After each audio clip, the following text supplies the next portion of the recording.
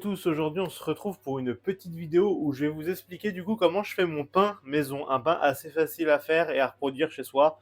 On va commencer par mélanger dans un cul de poule une pincée de levure déshydratée. Alors oui, il n'y a pas de pesée parce que c'est vraiment, on a besoin vraiment d'une toute petite quantité, donc je fais une pincée de levure déshydratée et je vais la faire fondre avec 200 g d'eau à 36 degrés. Hop, je laisse ça de côté et dans un autre cul de poule, je vais peser 100 g d'eau, pareil à 36 degrés. Et dans celui-là, ce que je vais faire, c'est que je vais y rajouter une fourchette de levain liquide. Alors le levain liquide, là, je le fais moi-même. D'ailleurs, j'ai fait une vidéo explicative comment on fait à peu près un levain liquide. C'était plus des termes techniques, mais vous pouvez aller voir la vidéo aussi, elle sera en description. Mais vous pouvez aussi aller voir le boulanger. Il y a beaucoup de boulangers qui accepteraient de vous donner un petit peu de levain liquide pour chez vous. Donc, on a un cul de poule avec une pincée de levure déshydratée plus 200 g d'eau à 36. Un autre cul de poule avec une fourchettée de levain et 100 g d'eau. Et on va s'ajouter la farine. Alors, la farine, tout bête, on va y ajouter la même quantité que l'eau. Donc là, dans ce cul de poule, on va y ajouter les 200 g de farine. Et dans celui-là, on va s'ajouter que 100 g de farine. Vous pouvez utiliser les farines que vous voulez. Vous pouvez utiliser farine de seigle, farine de blé, farine de pois chiche, farine d'épeautre. Cette recette marche un peu avec tout. Ce qu'il faut savoir avec cette recette, c'est que vous allez avoir un pain qui va être très hydraté. Et du coup, vous allez avoir une mie un peu plus collante qu'une baguette classique chez le boulanger.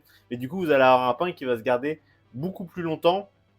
Et pas hésiter, si vous faites du pain de seigle, à le cuire vraiment longtemps. La cuisson d'un pain de seigle n'est pas du tout la même, et du coup on a toujours tendance à avoir une mie beaucoup plus collante qu'un pain de tradition. Et là, avec cette recette, ça se ressent vraiment beaucoup. Ça peut même être gênant à la dégustation, mais ça se fait. Pour ceux qui aiment le pain de seigle, ça marche. Juste pensez à bien le cuire, et peut-être même ceux qui n'aiment pas ce côté un peu collant de mie, vous pouvez les toaster vos parts, vos tranches de pain, et ça va très bien. On va se peser la farine. Du coup, c'est bon, les pesées sont faites. Tout simple, on va se mélanger du coup notre eau, notre farine.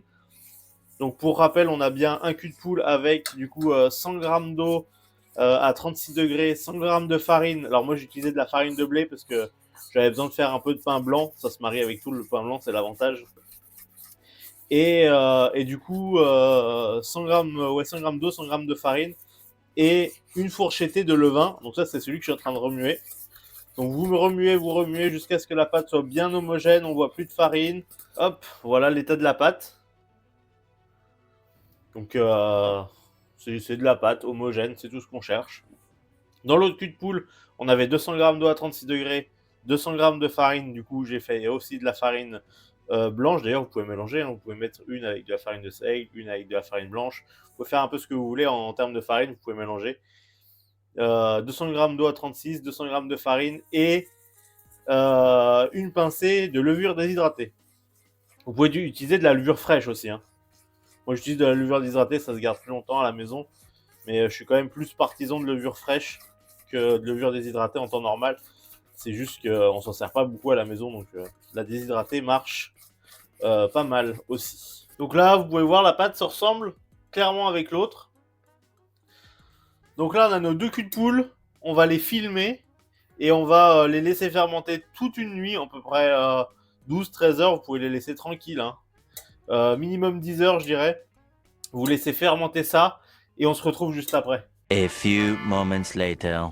Et on se retrouve du coup le lendemain matin. Nos mélanges ont bien fermenté. On peut voir ici, on a un mélange avec plein de bulles à l'intérieur.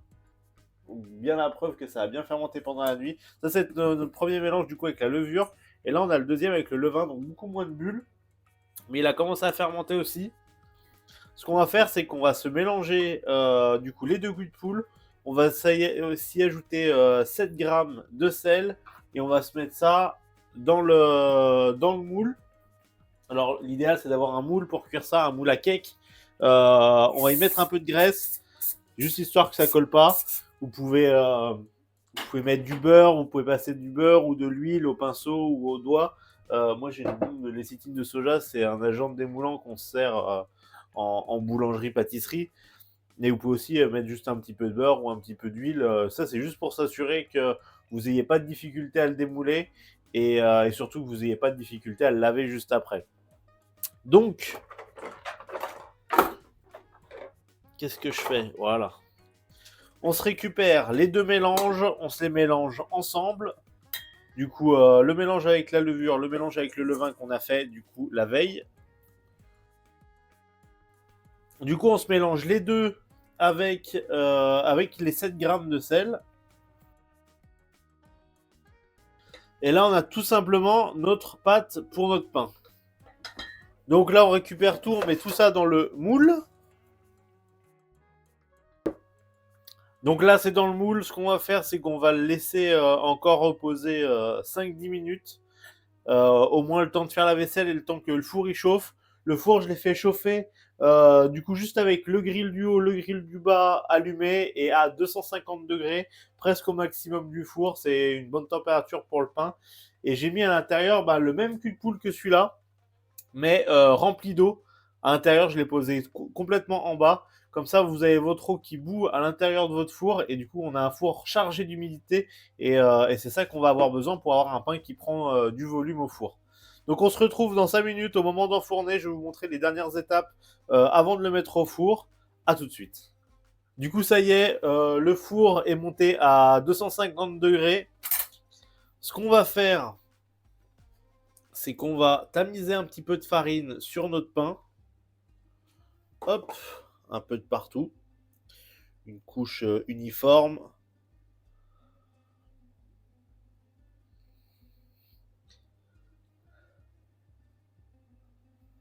Hop.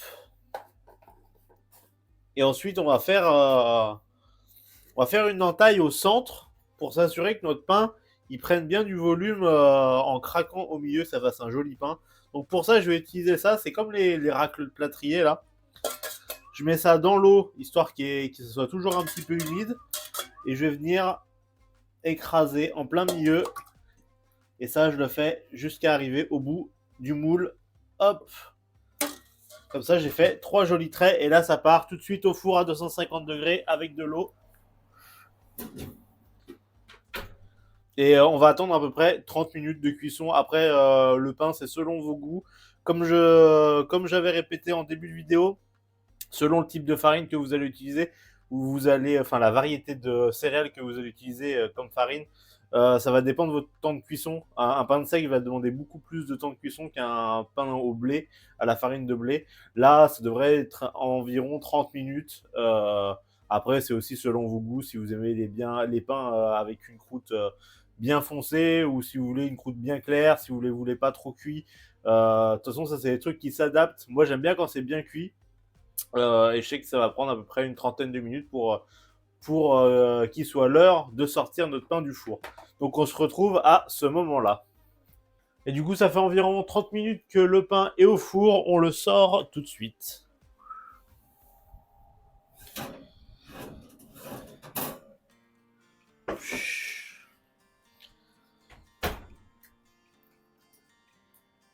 Hop.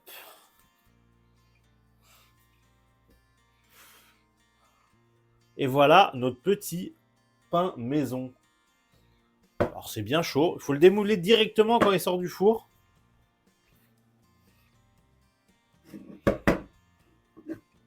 Hop. Ça, on le met à la plonge. Et là, vous avez votre pain. Bien sympathique. Je laisse refroidir un peu et on se retrouve juste après pour que je vous montre l'intérieur, à quoi ça ressemble. Et on se retrouve du coup 20 minutes après, je l'ai laissé un petit peu refroidir, c'est juste histoire de voir un peu à quoi ça ressemble à l'intérieur.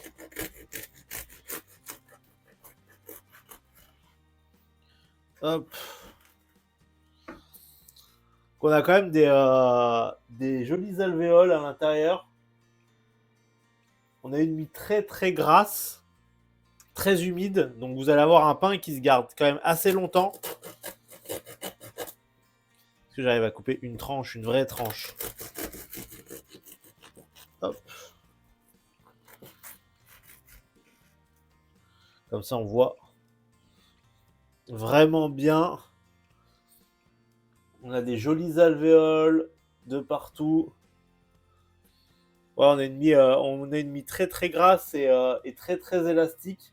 C'est normal, c'est parce qu'il y a quasi pas d'incorporation d'air, contrairement à un pétrissage de pain avec une machine, un pétrin, tout ça. Il y a beaucoup plus d'eau aussi, ce qui favorise le côté humide de votre mie. Mais là, vous avez un pain, vous pouvez le laisser comme ça, même si vous ne l'enroulez pas dans un torchon. Il est bon pendant 3 ou 4 jours facilement. Et on a une croûte quand même bien, bien croustillante.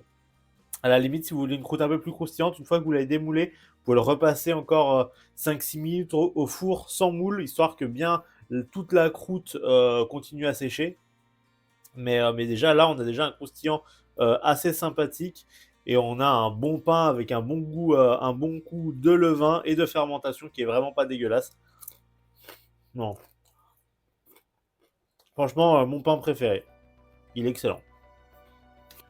En tout cas, j'espère que cette vidéo vous a plu.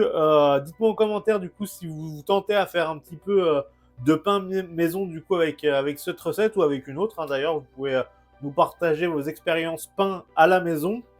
Lâchez un petit pouce en l'air si vous avez kiffé la vidéo. Et puis on se retrouve en fin de semaine pour un layers cake chocolat que je vais accompagner avec une crème anglaise. Donc ça, je vais le faire en stream vendredi matin de 9h à 11h à peu près. Je pense que le gâteau en 2 heures, on devrait l'avoir fait. Et du coup, la vidéo sur YouTube sera disponible samedi. Je vous souhaite un joyeux réveillon du Nouvel An. Et puis on se retrouve du coup vendredi matin en stream sur Twitch. A plus tout le monde!